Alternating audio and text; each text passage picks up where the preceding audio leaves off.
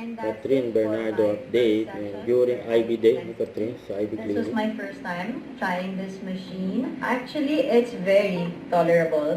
I've been doing Ulthera and Thermon once a year for the longest time. And then they came up with this new machine. They told me na mas less painful pa siya and hindi mo na kailangan ng EMLA. So it's gonna be super quick. It's gonna save you a lot of time. And yeah, that's what we did today. It's gonna give me that extra lift and extra tightening that I need. I'll be seeing the result after a week or after a month for the best result. So I can't wait to see that. But for now, this is it. Ayan, pwede na akong pumunta sa dinner ko right after without any redness and all. So you guys have to try this. This is IB Clinic's newest machine. Yeah. You know, ito pa yung mga picture ni Catherine at Mami Minja sa birthday ni Mami Minja sa Casa Bernardo. Ay mga bisita sa birthday ni Mami Min.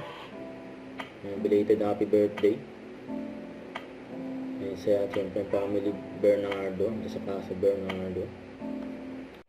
Don't forget to subscribe and click the notification bell for more update. This is with short reaction vlog. Stay tuned for more update. See ya.